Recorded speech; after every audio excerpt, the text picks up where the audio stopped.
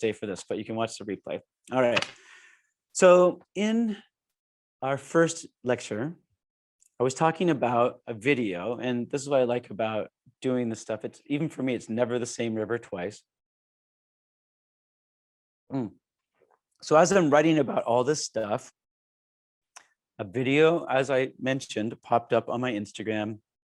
I don't know if you saw it because there's only a, I don't know, 10-second video of an eel getting eaten by a fish. Did you see that when I put up the videos? Anyway, it's in one of the videos. It's only a 10-second clip.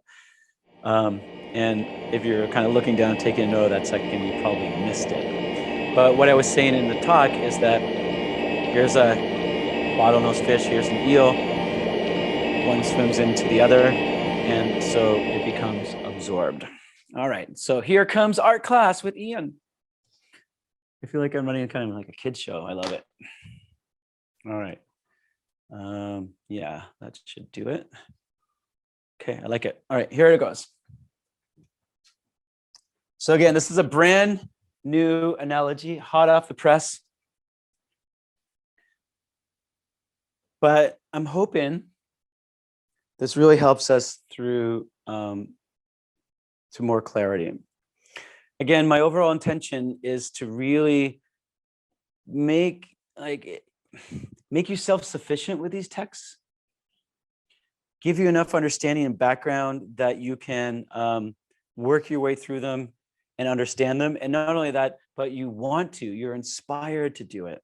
Okay, so with that said, another comment I made is that yoga, one way of looking at it is absorption. And even the word samadhi, we talk about it as focus, but it means you're absorbed.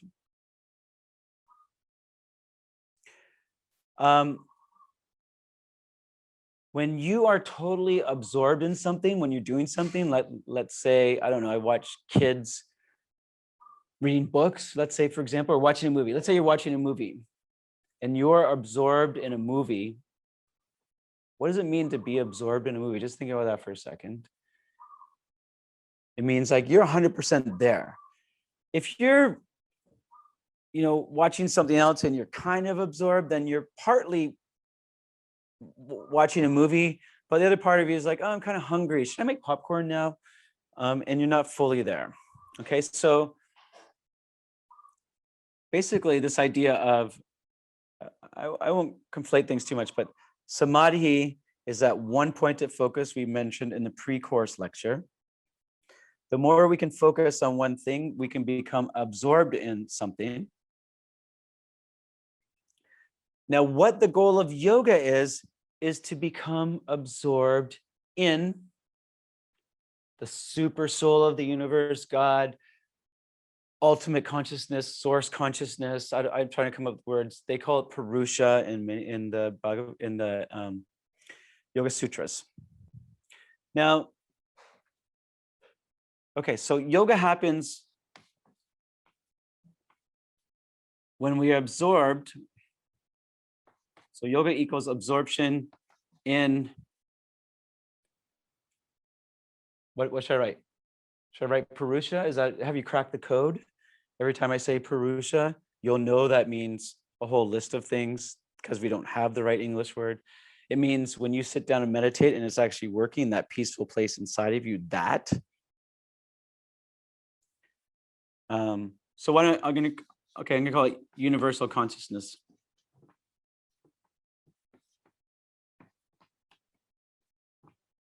All right. Now,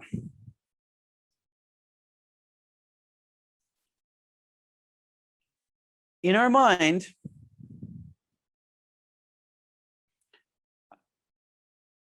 it's there somewhere, trust me. It's there somewhere, trust me. It gets buried, we forget about it. We have a place of peace. The goal of meditation,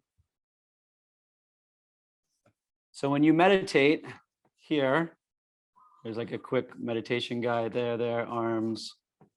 Okay, so when you meditate,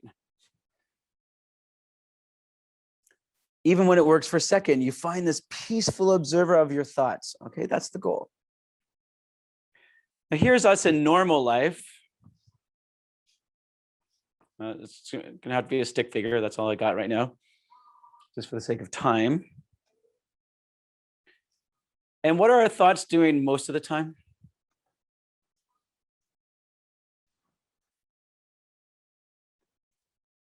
Here's what we can do. I'll start you off.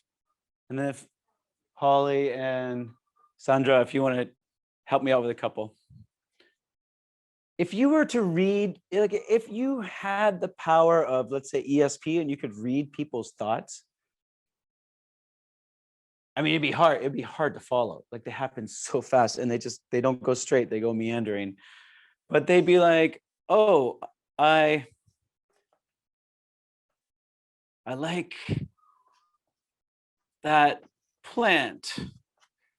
Oh, I'm getting fat. Maybe I should jog today.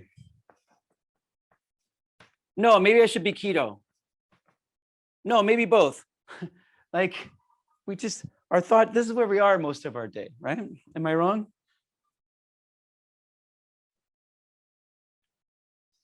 We're not at peace. We're here. Chitta Vrittis are what? Thought waves.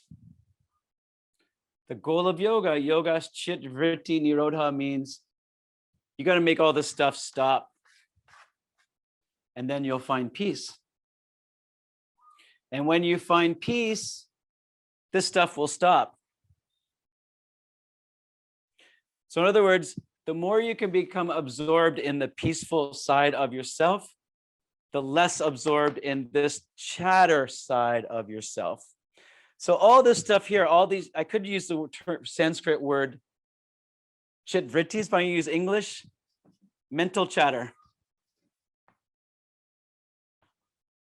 Okay, that's all mental chatter. All right, now here's where it gets interesting, I think.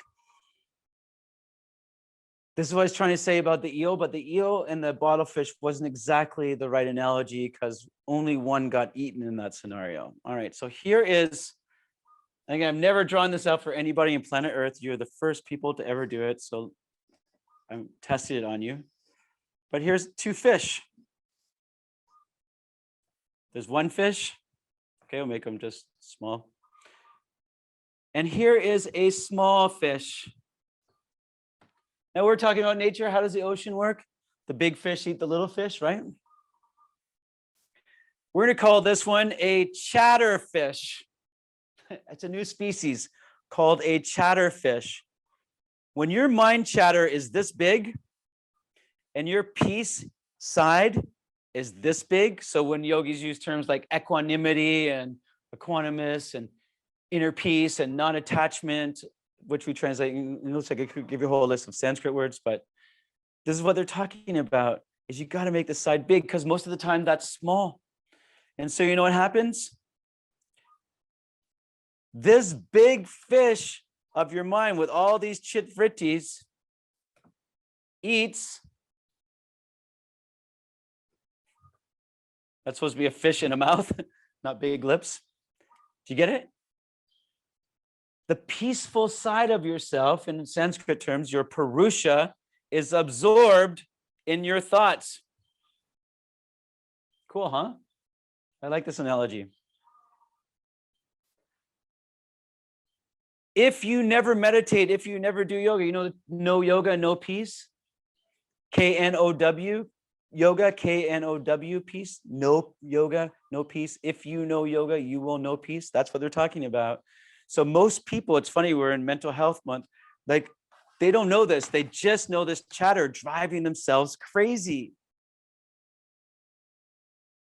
Like we're driving ourselves crazy with our thoughts.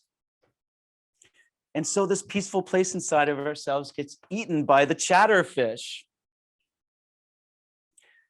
The peaceful side of ourselves, our Purusha, is absorbed in our thoughts. Okay, I've already said it. That was a recap. Now, what's the alternative? The alternative is yoga. Here, is the more you can sit, the more you can make your mind quiet. So instead of all these Chitta Vrittis, you can slow your mind waves down. Then all of a sudden, the game turns around. The little fish right here is your chatterfish.